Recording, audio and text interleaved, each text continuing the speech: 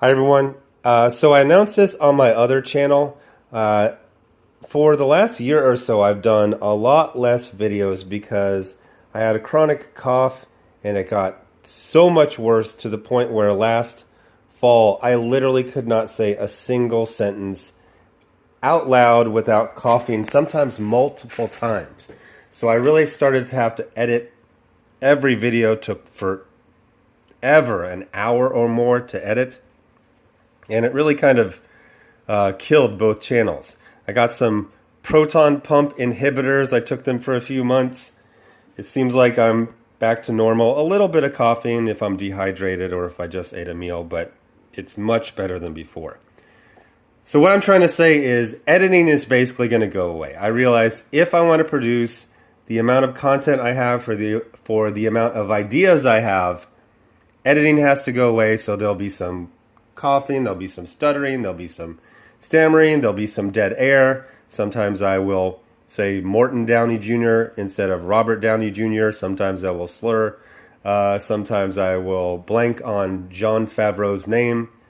Whatever. It's funny. I really, really like this channel, but sometimes I won't do a video for months. But I'm kind of surprised how many videos I've done. So I recently, TikTok, for whatever reason, somebody's sharing a bunch of clips from Iron Man movies. So I saw some clips from Iron Man 2. I watched that again. Then I rewatched Iron Man 3. And then I rewatched Iron Man 1. I was going to do a video, what's wrong with the Iron Man movies? But then I went to go search, and I have reviewed 2 and 3, but I haven't reviewed 1 yet. So this is going to be that, and then maybe in 2 years I'll rewatch them all again. And Iron Man I saw in the theaters when I was stationed in Germany. And I remember at the time, all my normie friends thought Iron Man was a robot. So I was always having to explain to normies, Iron Man is not a robot, it's a man in a suit. But they just assumed, they're like, what is this movie, Iron Man? So the rich guy built a robot? Like, that doesn't sound that interesting. It's like, it's not a robot. And then later they just make it a robot. So it was a couple things. As most people know, Robert Downey Jr. had a bunch of problems with addiction. He went to jail. He basically destroyed his career, but he was slowly building it back up. I think he made something crazy like $200,000 for the first Iron Man movie. And like I said before, normies just did not know Iron Man at all. They were vaguely aware of him. He had some cartoons in the 90s, and I mean, the average person probably would have heard of Iron Man, but they didn't know him.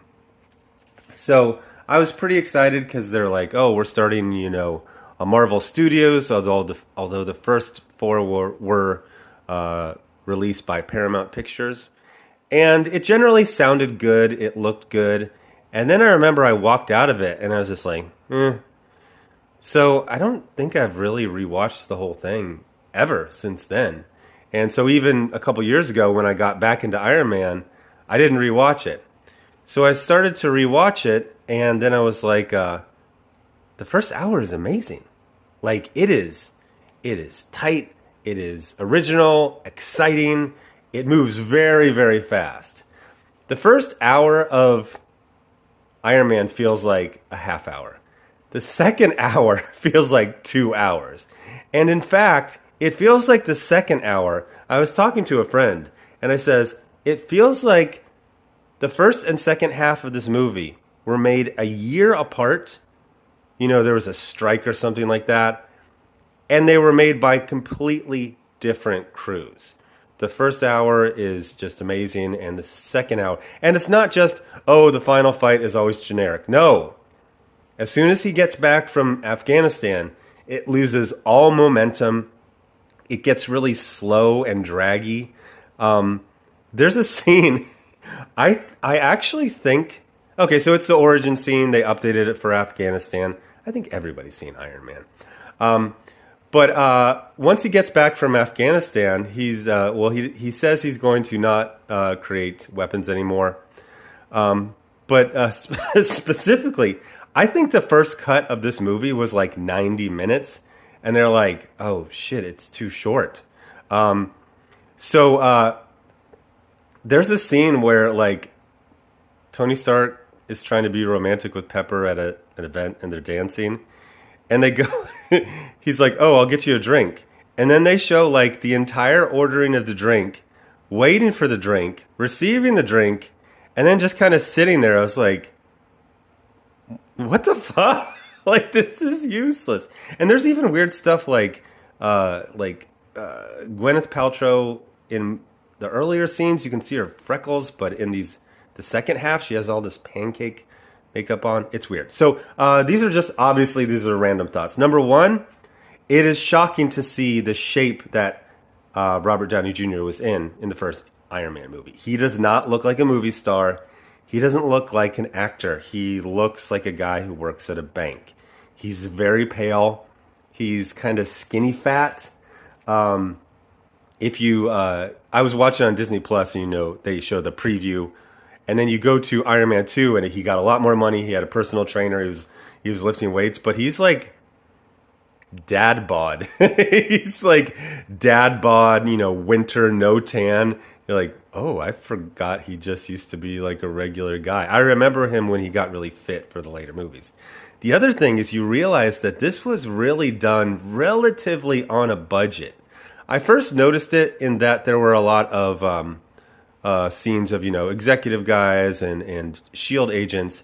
And I was like, my brain didn't understand. I was like, something looks off here.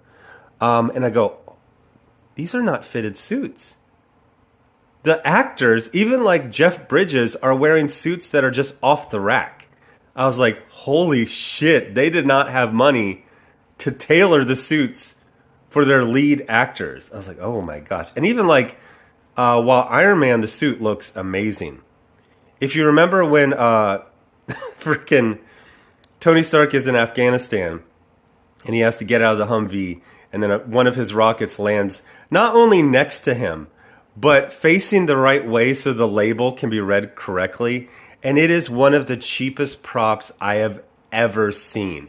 It looks like PVC pipe and some spray paint, and it's laughable. It looks like something you would see in the Power Rangers TV show. Like it's one of the, and you're just like, what the hell is going on? So they spent their money not on Robert Downey Jr.'s paycheck, which he did a really good job, by the way. Especially in the second hour, like you can tell a different screenwriter is writing every single scene. So that stuff barely cuts together. He will contradict stuff he said before and after. One of the things I noticed about Robert Downey Jr. is he is really, really good. I first noticed this in Civil War. It's when, I think it is Winter Soldier tries to shoot him, and he has that little mini glove that pops up on his hand, and he's like terrified but also like insulted, like how dare you try to kill me. He does really good faces for when like shit starts happening. He doesn't just do a generic tough guy face or just bland generic acting. Like it's life or death. You can tell, he was in prison and he was addicted. You can tell he's been in some really, really bad situations. So when he's called to act in scenes of danger, he's always a good actor. I think he's the best in those. So the cast is good. It's just really, really good. It is weird seeing Jon Favreau skinny and wearing a wig for some reason. But all the cast is good. The first hour is amazing. The second hour is barely watchable. It's just stupid. At one point, Tony says to Rhodey, he says, keep the skies clear. So I think they're going to scramble the jets to look out for Ironmonger, the bad Iron Man. But keep the skies clear was like, don't launch any jets. And I was like, that was really indistinct. It's like my dad uses this old like 1950s Jersey slang sometimes that nobody understands. He'll go through a drive-thru and he'll say stuff like, hold the pickles or keep the pickles. Gen Z does not know what that means at all. So they're like, okay, I kept them on the burger. I don't know. What do you mean, keep them, hold them? Just say no. The word is no. No pickles. It's very simple. but there's just weird, wonky writing. The direction is overall very, very good. And you can really see there's a rapport, but man, is it so uneven. So at first I was kind of like, man, you are just crazy. This is a really good movie. And the second hour is like, holy shit. I mean, even though a lot of the more recent Marvel movies have been awful, they've been kind of consistently awful. Like, you don't have any excuse if you watch the first 5 minutes of Shang-Chi and you don't like it, first 5 minutes of Black Widow. The rest of the movie's going to be like that. It's going to be the same level of quality or lack of quality. This one is just absolutely shocking. The first hour and the second hour do not seem like the same movie, the same crew, nothing. I mean, you can see the same actors, but they don't even look the same. Like, I talked to a friend, he goes, there wasn't a lot of rewrites, but there was a lot of writers. And you look at the writers, you're like, I haven't heard of any of these guys.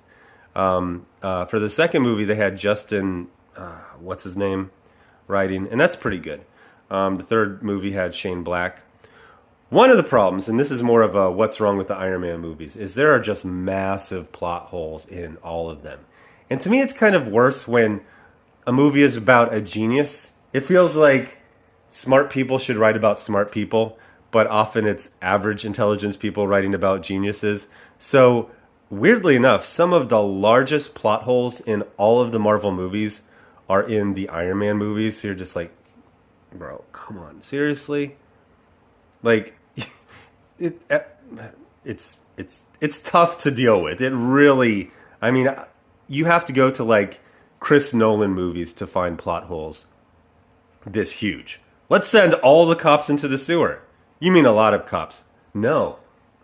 Literally every single cop. Cops who are sleeping need to wake up. Cops who are on vacation need to come back. We need to send every single cop into the sewers at the same time. But I can't recommend it. I cannot recommend you watch the entire movie. Honestly, watching little clips of the action scenes, one of my favorite parts is when, and I misremembered this. I remember Tony just being in America and he's kind of like bored and he's like, oh, I forgot to kill some of those guys. And he goes back. It's not like that. It's like, hey, your weapons are here. What are you going to do about it? I forgot about that scene. And that was one of my favorite parts when I would remember it. I was like, remember when Tony just was like bored in his mansion? He's like, I didn't kill everyone. I'm going to go back and finish them all off.